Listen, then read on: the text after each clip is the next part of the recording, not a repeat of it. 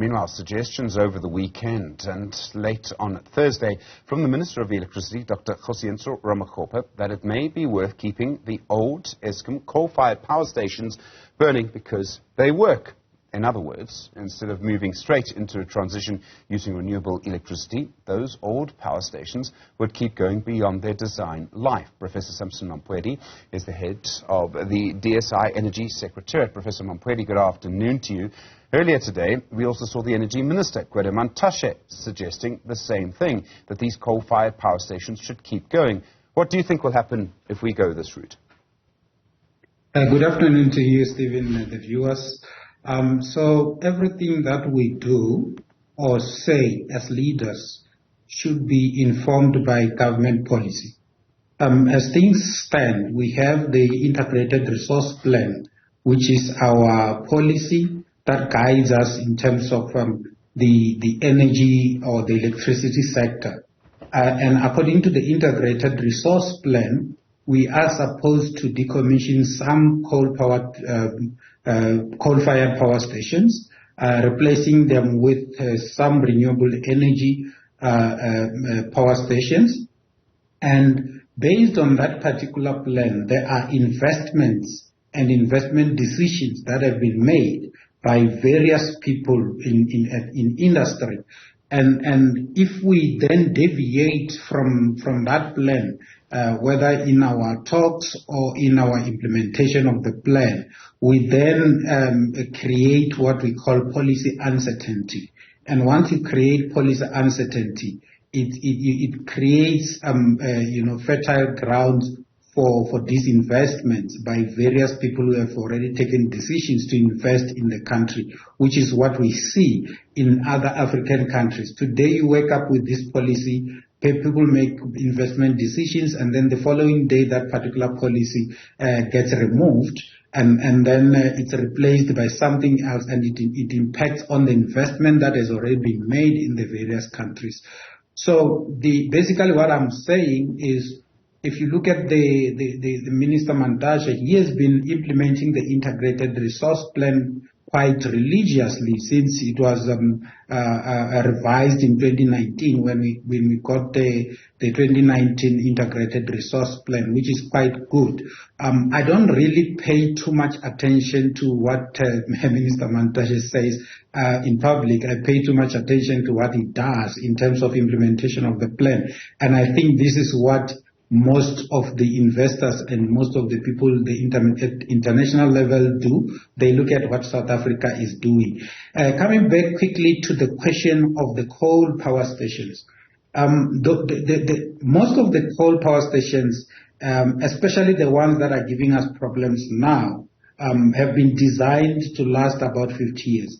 And most of these power stations are getting to their end of life.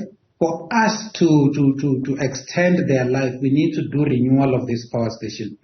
It is not true that, especially the old power stations that have not been properly maintained are working properly. If they were working properly, we wouldn't have load shedding today. So we need to correct that.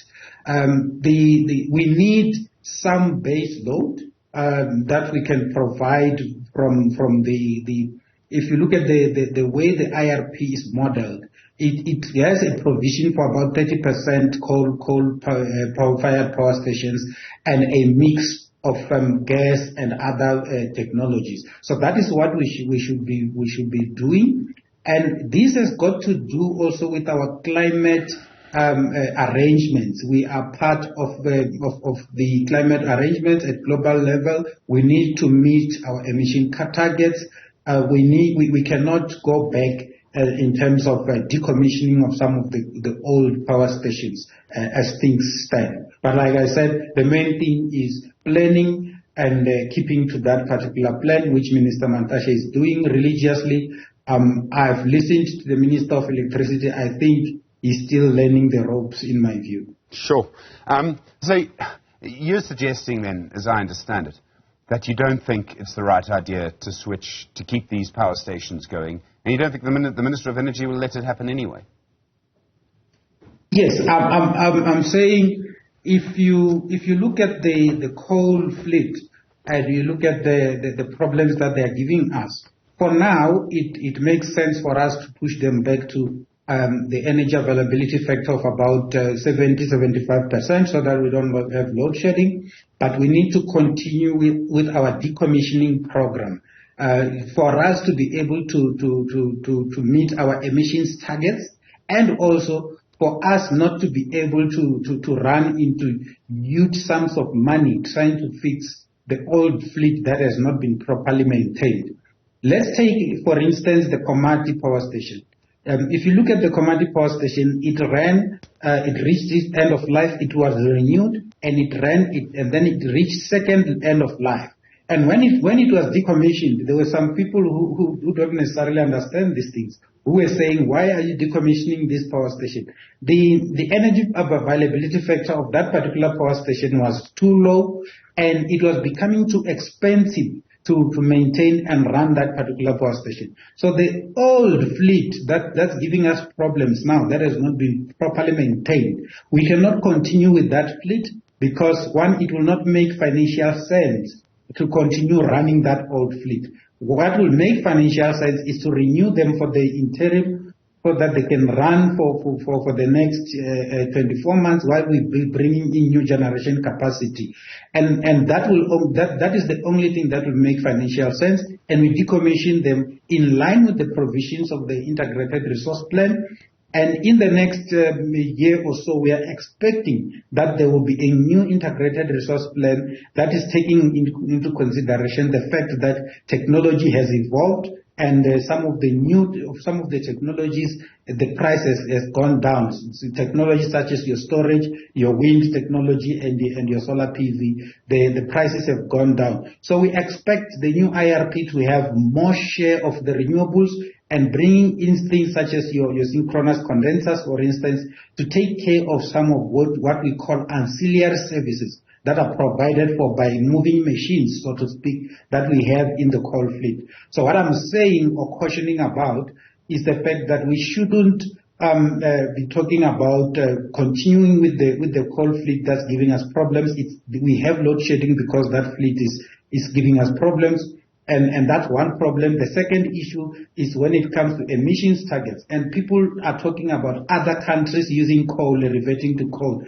Yes, there are other countries that are using coal in the interim because of the war in Ukraine and all that, and those countries will meet their emissions targets because they have units that are taking care of the CO2 or the flue gases that are coming out of those power stations.